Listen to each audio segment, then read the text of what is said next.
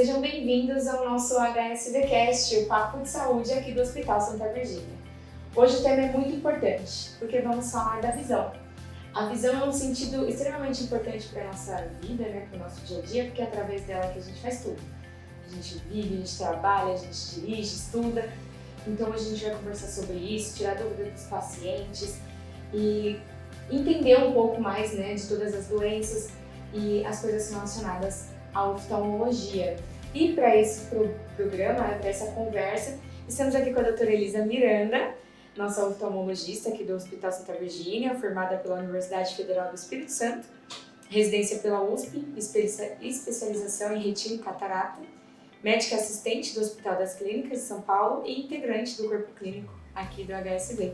Seja bem-vinda, doutora. Muito obrigada, Joyce. Obrigada pela essa oportunidade de falar de um tema que eu gosto muito e tirar aquelas dúvidas, que muitas vezes os pacientes eles não têm oportunidade de tirar por conta própria ou então não têm acesso à informação tão precisa. Então é uma grande honra estar aqui conversando com vocês. Uma coisa que eu acho muito legal da oftalmologia é que, às vezes, as pessoas, acho que na maioria das vezes, as pessoas só procuram o oftalmologista quando já está com problema. Não é aquele, acho que as pessoas não têm aquele hábito da rotina, de ser um exame de rotina igual um exame de sangue, ou nós mulheres, aqueles exames que a gente faz todo ano, que a gente já sabe que a gente tem que fazer. O oftalmo já é mais quando, tá acontecendo alguma coisa aqui. Você sente isso no consultório? Sim, com certeza, sim. A ida ao oftalmologista ainda é muito ligada às queixas visuais. Então, quando o paciente precisa trocar de óculos, quando ele sente que ele não está conseguindo ver uma legenda no cinema, não está conseguindo ver as placas, ou não está conseguindo ver o celular. E isso é um grande erro, Por quê? Existem muitas doenças oftalmológicas que elas dependem de um diagnóstico precoce para manter a visão do paciente e elas não levam, nos casos iniciais, a uma baixa visual. Então, se o paciente deixa para isso só quando ele realmente está apresentando alguma dificuldade, a gente já perdeu o tempo de tratar adequadamente esse paciente. Então, o que a gente recomenda, eu falo assim que todo mundo tem que ir todo ano no oftalmologista. Mas existem duas fases principais da vida que essa recomendação ela é indispensável. E eu falo isso principalmente para as mães, porque para as crianças que estão em formação dos olhos e da capacidade visual, de 1 a 2 anos de idade é a fase mais crítica do desenvolvimento do olho. Nessa fase, se a gente não trata algum problema visual como grau alto, catarata congênita ou alguma opacidade que ele tem ali no olho, depois dessa fase a gente pode até tratar, mas a recuperação visual ela não vai ser tão efetiva. Então, nas crianças, essa recomendação ela é absolutamente imprescindível. Então, todo ano no oftalmologista. E tem uma segunda fase que é muito importante, que é a partir dos 40 anos de idade. A partir dos 40 anos de idade, vão aparecer várias doenças que dependem desse diagnóstico precoce para garantir o tratamento. Então, a mais clássica delas é o glaucoma. O glaucoma ele começa a partir dessa idade a aparecer. E o glaucoma, ele acomete a visão da periferia.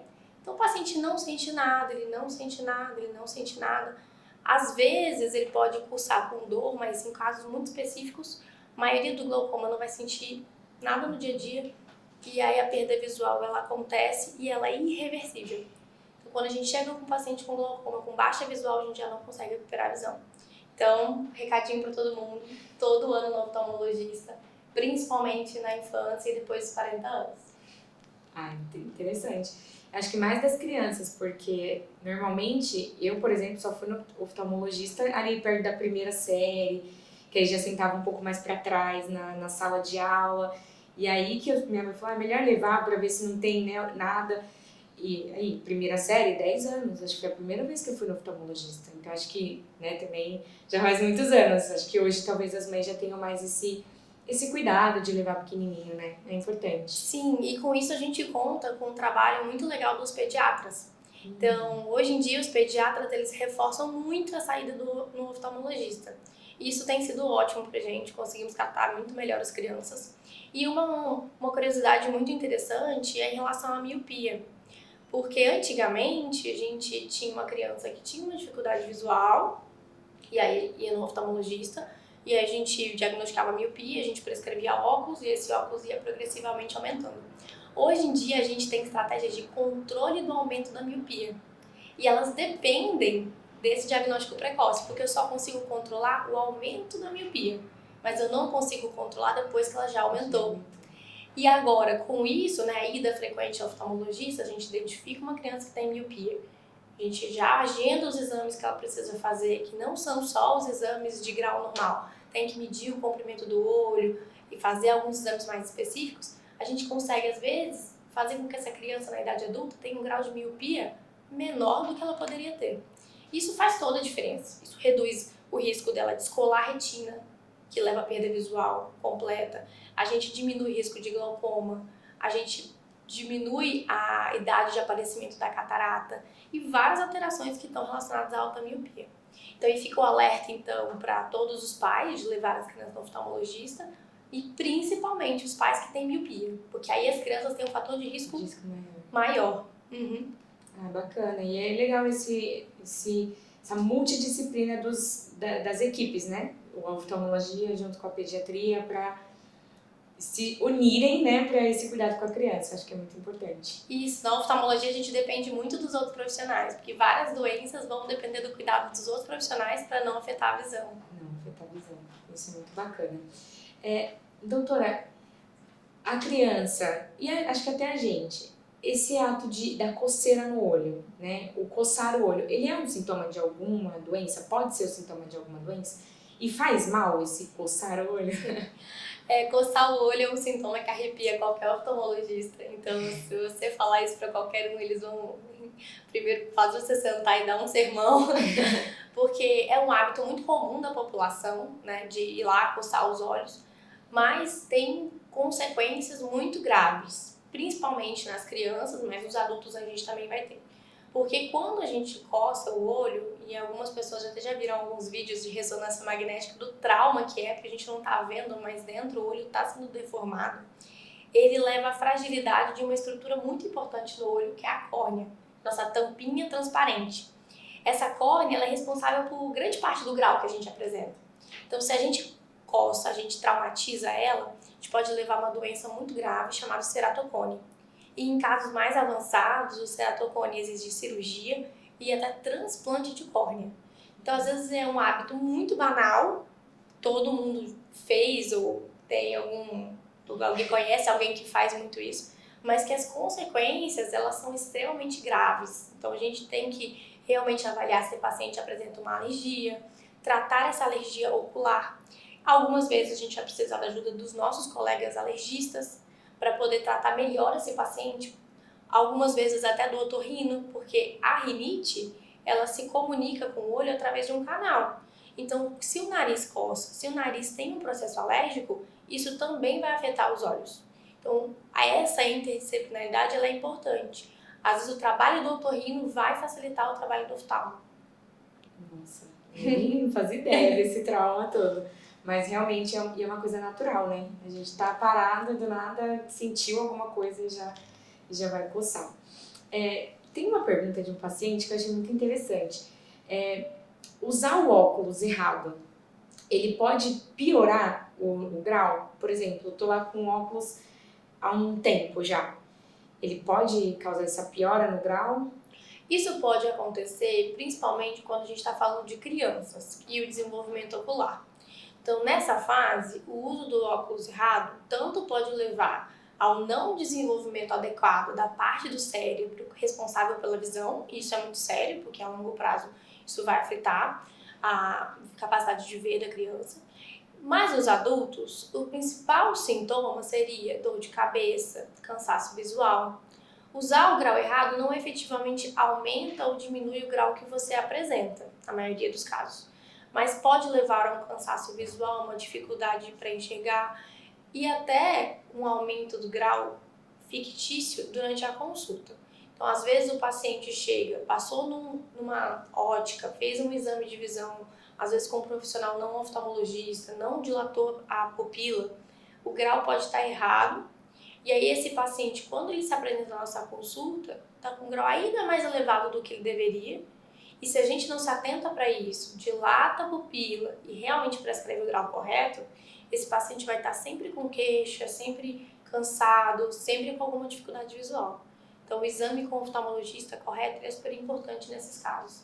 Entendi. E fazer com frequência, como você já falou, né? Não adianta fazer uma vez e demorar muito tempo para fazer, tem que ser anual para ter essa manutenção mesmo, esse cuidado. Sim. Não necessariamente, uma dúvida também que os pacientes sempre têm, tipo, doutora, meu óculos está vencido, tem 1 ano que eu fiz e eu preciso trocar. Não necessariamente, em toda consulta, a gente já precisa trocar de óculos. Então, se eu examinei o paciente, o grau está praticamente o mesmo, a gente não precisa trocar efetivamente de óculos só por o ano que se passou. Mas eu acho que a ideia do grau vencer é mais para lembrar o paciente de que é preciso realmente passar numa consulta. Importante. E no caso da lente de contato, tem o mesmo efeito do óculos? Pode prejudicar a vista de alguma forma das pessoas ou é extremamente seguro? A lente de contato, ela é extremamente segura. Ela é um auxílio super importante pra gente, dá uma liberdade visual muito grande, né?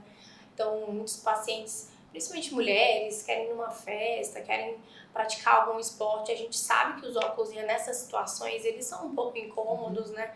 Muitos esportes, eles vão ser difíceis de usar. Então, a lente de contato foi uma grande revolução na oftalmologia. A gente conseguiu dar qualidade de vida para os nossos pacientes. Só que, como tudo na vida, a gente precisa usar da maneira correta. A lente de contato ela é extremamente segura se usada do jeito certo. O que a gente tem muita dificuldade, às vezes, é realmente nessas orientações do paciente. Porque muitos deles acabam indo pela primeira vez no oftalmologista, comprando a lente no consultório.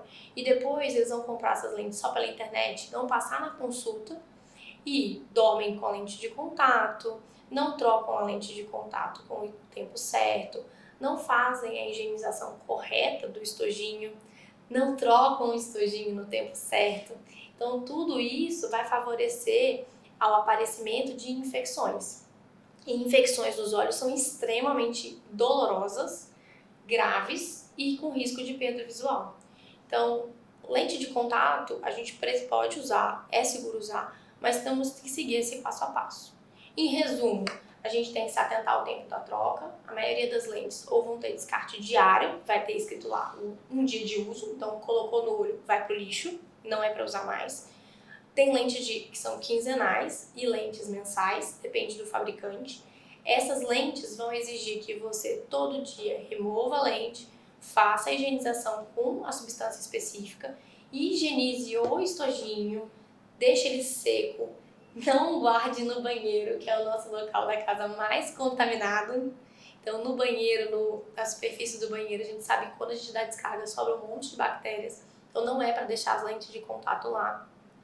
O estojinho precisa ser trocado de tempos em tempos, geralmente 3 meses, a gente exige que troque. Higienize esse estojinho muito bem e não entre em água de mar, de piscina, de banheira, usando as lentes de contato. Porque lá pode ter bactérias que vão contaminar essa lente e vão causar infecções muito graves. Então, existem inúmeras orientações, mas essas são as gerais. Aí, galera, muita dica boa, né? Tem que tomar cuidado aí, porque os olhos, né, como você falou, as infecções aí podem prejudicar bastante. São muito graves, são muito dolorosas. Os pacientes, quem teve já úlcera de córnea, são extremamente traumatizados. Muitos deles nunca mais querem voltar a usar lente de contato. Tamanha dor e a dificuldade do tratamento. Então, evitar sempre. Falando em doenças e infecções nos olhos, pesquisando de todas as doenças, assim, acho que as pessoas mais pesquisam é sobre a catarata. Então, eu queria que você explicasse pra gente, primeiro, o que é catarata, porque acho que as pessoas têm essa dúvida, né? Como que ela surge, que idade... Sim, a catarata é tão comum que eu costumo falar no consultório que não é nenhuma doença, é um desgaste já programado no nosso organismo. Todo mundo vai ter catarata a partir dos 60 anos de idade. É claro que em alguns casos a pessoa vai conseguir manter uma boa visão mesmo com a catarata ao longo da vida, mas todo mundo vai ter essa opacidade do cristalino. Porque a catarata nada mais é do que a nossa própria lente que Deus fez dentro do nosso olho e que ajuda a gente a focar a imagem lá dentro dos nossos olhos. Só que progressivamente ela vai ficando mais amarelada e mais desgastada. Quando ela fica desgastada, a luz que a gente enxerga, ela não chega dentro dos olhos. Ela vai bater nessa opacidade e não vai entrar dentro do olho. E é por isso que quem tem catarata vai ficar com a visão embaçada. Para isso, infelizmente, a gente não tem tratamento clínico, ou seja, a gente não tem colírio, remédio por boca que vai curar a catarata. A única maneira segura de curar a catarata é realmente removendo essa lente opacificada e substituindo por uma lente transparente, que a gente vai escolher junto com o nosso paciente. Então, a catarata todo mundo vai ter, a gente já vai tendo que examinar a partir dos 40, 50 anos de idade para ver quem realmente vai desenvolver, e a gente vai operar aqueles casos que a catarata está levando a baixa visual do paciente. É uma cirurgia, claro, tem todas as delicadezas de uma cirurgia ocular, mas é uma cirurgia extremamente segura. É uma das cirurgias mais realizadas no mundo. A gente faz isso com muita segurança, com muita tecnologia. Os cortes que são feitos têm mais ou menos 2 milímetros, são imperceptíveis para quem olha o paciente. E a gente consegue resolver o problema do paciente e dar qualidade de vida de uma maneira muito rápida e segura. E como que é o dia dessa cirurgia de catarata? Uma dúvida muito frequente dos pacientes é quanto tempo pode ficar internado, precisa ficar internado, se precisa se afastar muito tempo do trabalho. E a verdade é que é uma cirurgia bem tranquila nesse sentido. O paciente ele chega no hospital, acompanhado sempre, né? A cirurgia em jejum, a cirurgia é realizada e o paciente recebe alta no mesmo dia para continuar os cuidados no consultório. Então, aquele dia só, o paciente precisa se separar para fazer a cirurgia. E, geralmente, a gente conversa com o paciente para deixar 7 dias mais tranquilos, mas não tem que mudar muito os hábitos dele do dia a dia. Então, pode comer o que está habituado a comer, pode fazer suas atividades diárias tranquilos, evitar só academia ou atividade de impacto, evitar abaixar a cabeça até que aquela lente fique cicatrizada dentro dos olhos, mas o paciente não tem uma limitação tão grande para as atividades diárias, então o paciente pode fazer a cirurgia e ficar mais tranquilo. Não é uma cirurgia que exige muito da recuperação do paciente. E uma coisa muito interessante é que o paciente fica com muito medo de realizar a cirurgia e depois a catarata voltar. E isso é um grande mito. A catarata ela não volta. Uma vez que a gente remove a lente natural e coloca uma lente artificial, aquela lente fica o resto da vida dentro dos olhos. Alguns casos muito raros exige a troca da lente, mas isso é muito fora do comum. O que pode acontecer é uma opacidade atrás da lente, mas isso é um problema muito tranquilo, que a gente faz um laser no consultório mesmo e a gente consegue limpar essa sujeirinha que surge atrás da lente, que é realmente a nossa estrutura normal dos olhos que acaba opacificando, mas não exige novas cirurgias. Perfeito. Acho que sobre catarata está mais do que esclarecido. Entendo que o paciente consiga tirar as dúvidas, principalmente quem tem medo. Eu acho que qualquer procedimento que a gente vai fazer no olho deve dar muito receio para o paciente para fazer, né? Mas eu acredito que as dúvidas estejam sendo resolvidas agora, referente à catarata. Uma outra doença é a retinopatia diabética. E para mim é muito legal conversar com você sobre isso, porque o meu pai foi diagnosticado com a retinopatia por você, né, em consulta.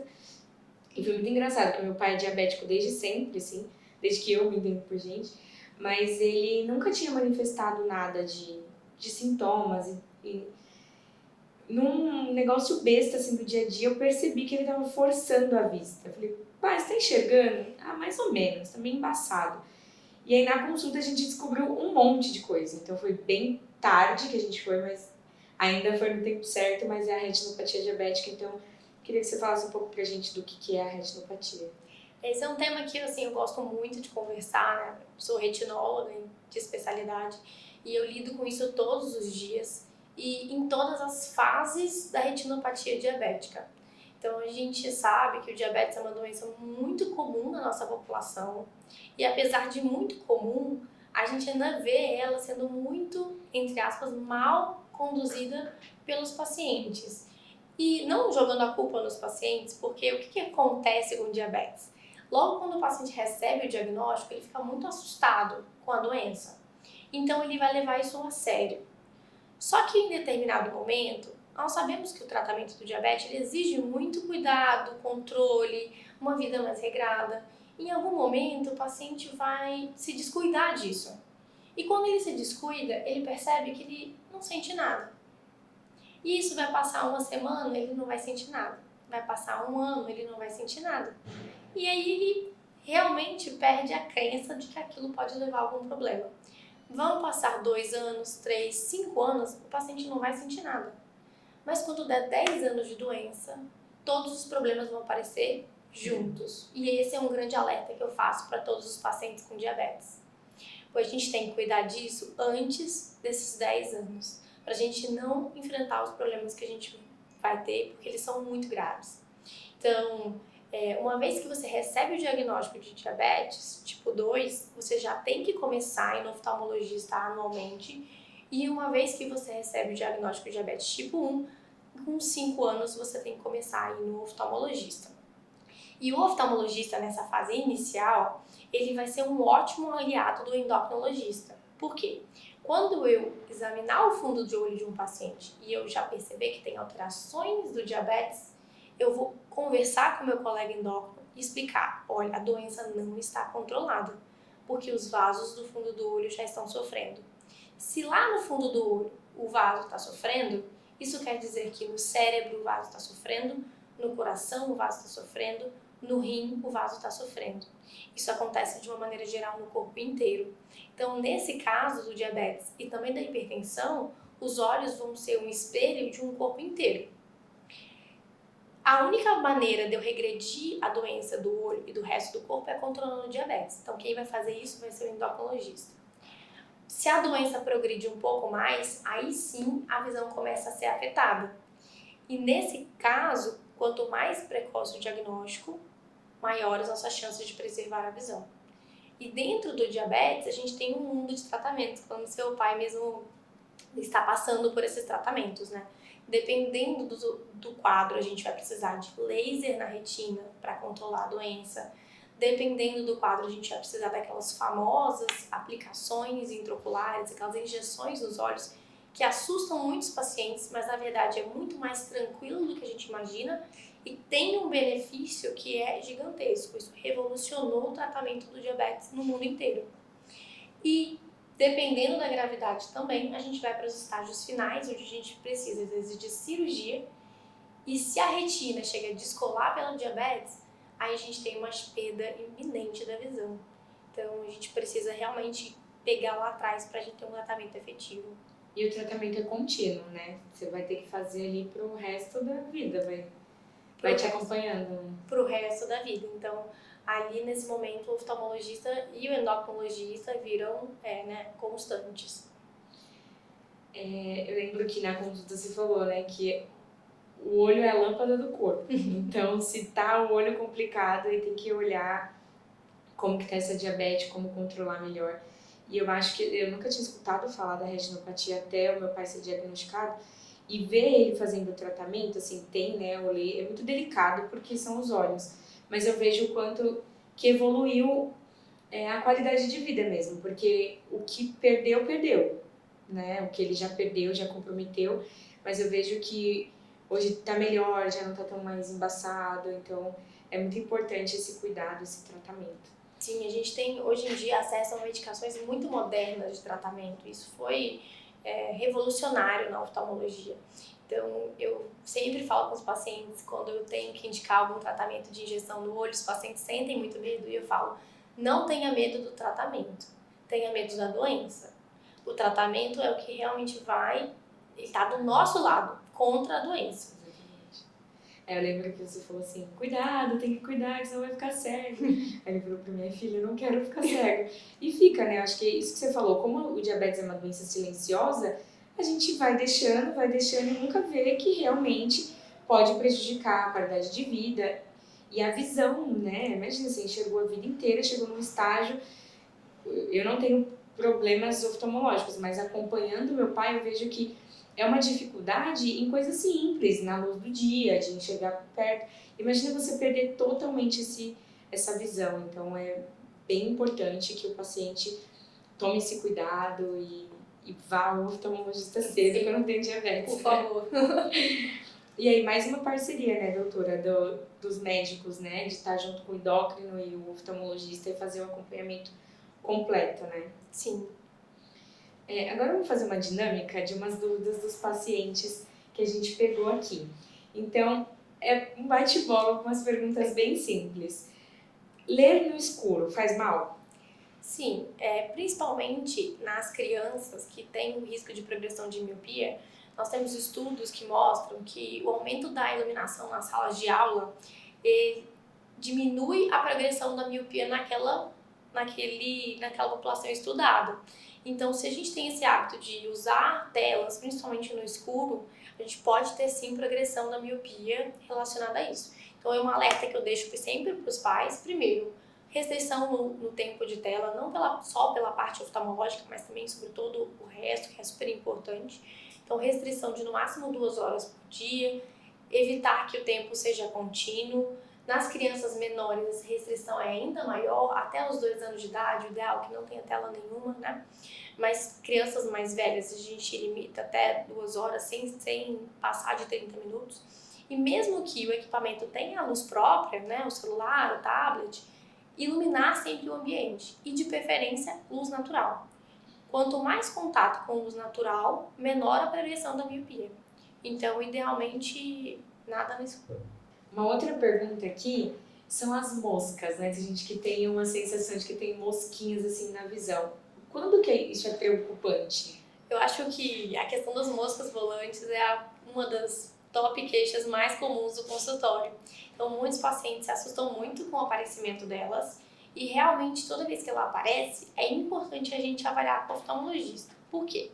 Nosso olho por dentro ele é preenchido por um gel chamado vítreo. Esse gel é nosso mesmo e ele nasce coladinho na retina. Com o passar do tempo, a famosa degradação do nosso colágeno, que vai acontecer no corpo inteiro, esse vítreo ele vai modificando e vai descolando da retina. Uma vez que ele se descola da retina, a gente passa a ver essas manchinhas, essas mosquinhas volantes. Nesse descolamento do vítreo, a gente precisa examinar a retina. Por quê? Se ele se descola e a retina fica no lugar, ótimo, processo natural. Se ele se descola e puxa um pedaço da retina, ela pode rasgar. E essa rasgadura precisa ser tratada com laser com urgência, porque senão ela pode evoluir para um descolamento da retina. Vamos lá, doutora, tem mais uma pergunta aqui, uma dúvida dos nossos pacientes, é sobre o olho seco. Ele é algum problema, alguma doença ou é só um desconforto mesmo? O olho seco é um dos sintomas que mais aparece no nosso dia a dia, então muitos pacientes sofrem disso. E a gente pode ter o olho seco tanto por uma dificuldade na produção da lágrima, quanto, que é o mais comum, a alteração da qualidade da lágrima. Então, a produção da lágrima ela pode ser afetada por algumas doenças autoimunes, reumatológicas, e algumas pessoas já podem ter ouvido falar nisso. E por isso é importante a gente ter essa avaliação com os outros especialistas, com o reumatologista. Então, a gente vai depender desses profissionais. E na parte da qualidade da lágrima, o mais importante é a disfunção das nossas glândulas, que a gente chama de meibômio, que são glândulas de gordura presentes nas bases dos cílios. Muitos pacientes não têm esse hábito de higienizar as pálpebras adequadamente e essas glândulas elas ficam produzindo um conteúdo mais gorduroso do que o comum e essa lágrima ela fica disfuncional. Então, em vez de ela hidratar adequadamente, como esperaria de uma lágrima, ela embaça a visão, coça e leva aos sintomas do olho seco. Então, se a gente pudesse deixar de alerta para as pessoas, primeiro, ter esse hábito de fazer a higiene dos cílios. Então, a gente geralmente recomenda aquele shampoozinho Johnson, que é o mais habitual de encontrar nas farmácias, mas temos alguns outros específicos para os olhos. E se você está sofrendo de olho seco, acordando com o olho vermelho, ficando com a visão embaçada, tendo aquela sensação daquela lágrima mais pesada, é interessante passar com o oftalmologista para diferenciar essas causas e a gente poder, prescrever o tratamento adequado. Isso é muito bom, né? Uma outra dúvida que é mais pessoal minha, o colírio, hoje você consegue comprar diversos tipos de colírio sem receita nenhuma. Qual que é o risco de usar um colírio assim sem nenhuma recomendação? Existe um risco? Sim, isso é uma coisa muito importante de ser comentada, porque os colírios lubrificantes, em geral, eles não vão trazer muitos malefícios para os olhos, Mas os que têm conservante, a gente tem um limite de uso diário de 4 a 6 gotas. A partir disso, o conservante do próprio colírio pode afetar a visão. Além disso, a gente tem no mercado colírios que tem conservantes muito ruins. E o próprio conservante do colírio pode fazer mal ao invés de fazer bem. Mas acredito que o alerta mais importante seja em relação aos colírios contendo corticoide, que são substâncias como a dexametasona, a prednisolona, muitas vezes prescritas nos balcões das farmácias para tratar um olho vermelho ou uma dor ocular. Esses colírios nós usamos habitualmente na oftalmologia, mas eles têm um limite de uso no tempo. Por quê? O colírio com corticoide, ele pode levar ao glaucoma, que a gente já conversou que pode levar a perda visual irreversível, e o colírio de corticoide também pode levar a catarata, o aparecimento mais precoce da catarata. E isso os pacientes nem se dão conta, eles vão lá tentando tratar um olho vermelho, pingam um colírio no olho, fica ótimo, adoram aquele colírio, usam todos os dias e vão chegar no consultório com doenças muito, muito graves. Eu acho que até isso, de sentir o olho seco, aí vai lá e passa qualquer colírio só pra aliviar o sintoma e não é bem assim também. Colírio é remédio, a gente precisa entender que dentro daquele frasquinho vai ter uma substância química que vai ter os seus efeitos bons e também pode ter os efeitos ruins. Ótimo, doutora, amei o nosso bate-papo aqui, acho que foi muito esclarecedor para o nosso paciente. Tem alguma coisa que você quer deixar de mensagem? Eu agradeço o convite e eu me coloco à disposição de todos vocês aqui no Hospital Santa Virgínia. Nós contamos com uma equipe bem completa de especialistas, tanto de catarata, glaucoma, retina, e prontos aqui para atender todos vocês e tirar todas as dúvidas. Nosso centro também conta com os exames mais modernos possíveis para realmente diagnosticar todas as doenças e tratar da melhor maneira todos os nossos pacientes. Muito obrigada por estar aqui conosco. Se você tiver alguma dúvida, se ficou alguma dúvida aí, pode colocar aqui nos comentários que a gente pergunta, a doutora responde. E até o próximo, né? Tem muita coisa para falar de oftalmologia, tem que ter uma outra edição. Já fazer um parte 2. Parte 2. Muito obrigada e até o próximo HSVcast.